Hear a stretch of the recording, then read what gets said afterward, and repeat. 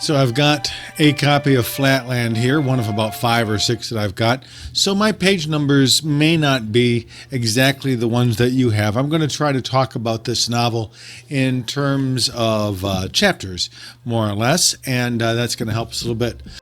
I'm also going to pick a couple different chapters to zoom in on, just to get us ways to start thinking about this novel in general terms, and I'll let you wrestle with some of the specific chapters. I'm going to start in chapter 3, in fact, and there's a bunch of sections here talking about nature and perception and those sorts of things, and how the shapes actually work, and triangles, and how you grow up and become more sides when you go up in rank. And mine begins, section I'm going to read begins on page 9, but it's near the end of chapter 3, beginning with the paragraph "rarely." And what I see here is rarely in proportion to the vast number of isosceles births is a genuine and certifiable equal-sided triangle produced from isosceles parents. Now, this is a great moment. When this happens, apparently, there's great rejoicing and everyone's involved because the equilateral triangle is certified as being regular. And so everyone's really excited because once you're equilateral, well, then you're a whole nother social class, and that's kind of really cool. And then it says something weird, and every time, this is a reading strategy that I think is important. What do you notice? What stands out? What catches you? Trust your reading that what you notice, something that seems unusual or unexpected, is probably important. Here's what I noticed.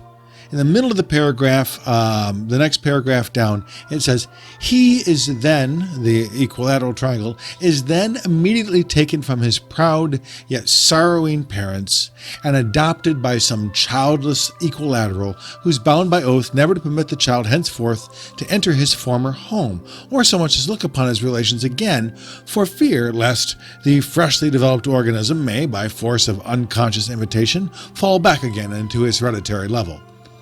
Now, Abbott, like all Victorians, uses a whole lot of words, and sometimes some big ones, and sometimes some winding sentences that obscures a point. Here's a funny term that's kind of a great one, because I know on Canvas you might be trying to play with unusual vocabulary. One unusual vocabulary word that I think is great for Victorian literature: obfuscation. Obfuscation. That is when you don't want to talk so boldly or baldly about a sensitive topic, and so you cover it over with a bunch of words, euphemisms, and hide it behind the language. I think there might be some obfuscation going on here. Let's look at this section again. It says he's never going to see his parents again for fear that, quote, "by force of unconscious imitation, he will fall back to his hereditary level." Now, wait a minute. How can somebody change his own biology? How is it that if an equilateral triangle goes back to live with his isosceles parents, he suddenly becomes isosceles again? That doesn't seem to make much sense to me. Unless that's not actually what happens. Maybe Square is revealing that this isn't so much a matter of biology, but a mark of character. Some finely honed, more attractive isosceles triangles, closer to equilateral, are picked up and raised by other parents. Take the ugly duckling, raise it as a swan, that kind of thing. Is that what's going on here? Maybe I don't have enough information yet, and that's okay. I'm just noting it. I'm putting it down as a point of questioning, and I'm going to hang on to that question because it may come up, wait, only a single page later. So here we are, same topic, same chapter, and he says just a paragraph later that raising a triangle to an equilateral status, quote, "serves as a most useful barrier against revolution from below."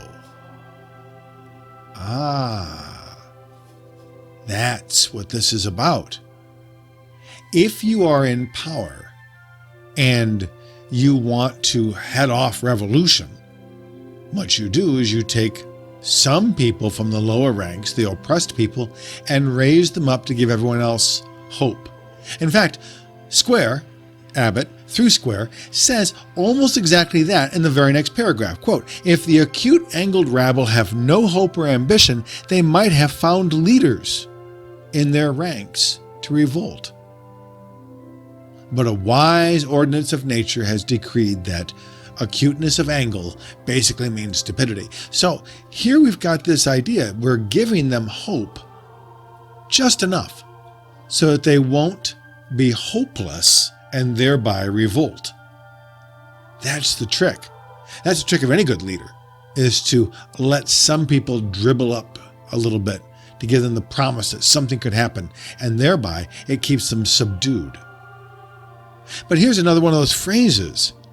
Square says it's an ordinance of nature, that nature has decreed this. Biology, nature, has decreed that this is how it works?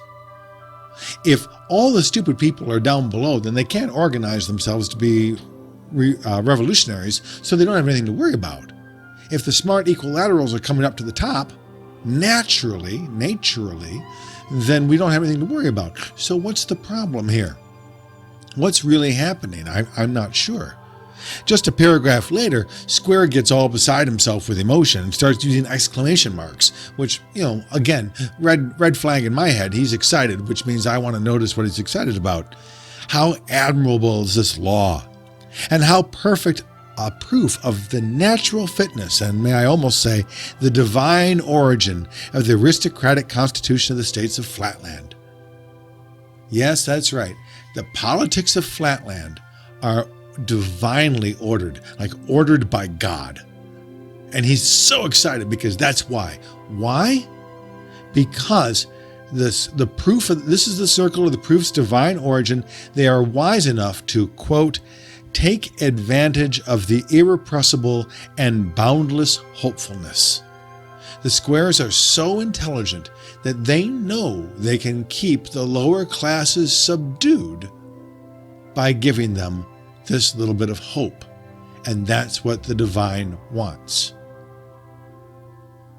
Maybe you're not yet convinced that there's something odd going on here, not just in the politics of this oppression, but in Square's attitude about it. I'm going to go one level further and look at the very next page, page 11. And we're talking now about art. Art also comes to the aid of law and order. It's found possible to make some of the more intelligent leaders of a rebellion perfectly regular. And there it is. Yeah, Joe, you're not quite an equilateral. You're still an isosceles, but you look like you're smart enough you might start a revolt. So how would you like us to artfully call you equilateral? We'll certify you as equilateral. Then you can join the ranks with us. Thus, we take the rebel leader, we promote him, and everything's fine. And it's done through art. And let's be very clear. There's therefore nothing natural about this at all. This is done through politics. The squares the circles just decide who gets to be cool. And so for Square, politics and nature and religion and art, they all come together to keep the powerful powerful and the meek meek. It's like a story almost directly stolen in other novels like The Hunger Games. You keep the powerful powerful, and then you just give a little twinge of a hope, a possibility that people can rise to power, and that keeps the rebellion repressed. Does it even work that way today? If it doesn't, then I think this novel is not worth probably reading. But think about that. In what ways do we see biology explained in political or divine terms? Certainly our history of race relations is an easy hit here. And even more subtly, how do we keep the oppressed down through promises that they may rise up in the ranks? Certainly, if you're physically athletic and you're very good at that, we give you athlete's level of celebrity. That's one way to do it. If you have no hope anywhere else, you could become a great basketball player, and that will get you there, because we know we've given you no other option out. Or you have great beauty. Well, that will make you a celebrity too. Girls, you have no need to be intelligent. You have no need to find your way out any other way. Your beauty will do it. And if you have the golden ticket of beauty, then you'll get to be celebrity too, thus joining the ranks of the powerful. And for the rest of you, don't despair. You're neither athletic nor beautiful, but we do have the lottery. Always give your subdued some hope. One of the things that's fun about Victorian language is that it is more subtle than today's English. It hides, and if you're like a lot of readers of Flatland, you might skip right over this section very quickly because it's just about geometry. But this isn't about geometry at all. This is a Victorian hiding a political message, and a pretty sinister one when you think about it.